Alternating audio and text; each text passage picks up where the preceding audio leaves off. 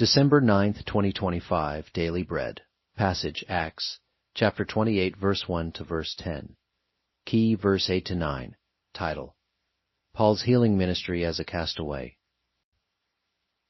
Once safely on shore, we found out that the island was called Malta. The islanders showed us unusual kindness. They built a fire and welcomed us all, because it was raining and cold.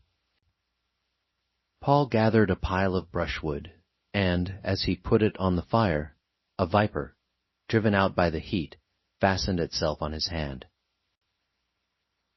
When the islanders saw the snake hanging from his hand, they said to each other, "This man must be a murderer, for though he escaped from the sea, the goddess Justice has not allowed him to live."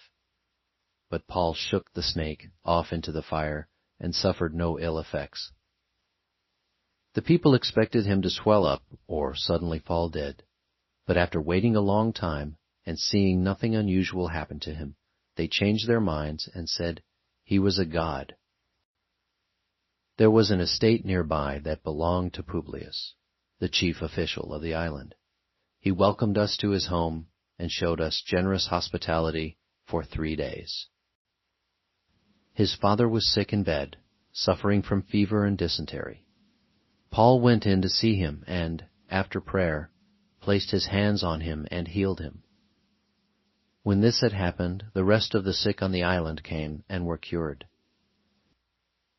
They honored us in many ways, and when we were ready to sail, they furnished us with the supplies we needed. Daily Bread Message. By God's providential care, the people who lived on the island of Malta were unusually kind to the castaways, providing heat and provisions. When a viper tried to kill Paul, God protected him. Those who saw it were in awe. Although Paul was just one of the prisoners, God was drawing attention to him, making opportunities for gospel work, even in such a tumultuous event. Publius, the chief official of the island, welcomed the castaways to his home. His father was sick. Paul was just a guest and a prisoner, but he did not hesitate to press in to help this family, praying for the man, placing his hands on him, and then healing him. This opened a way for all the sick of the island to come to Paul, and they were cured.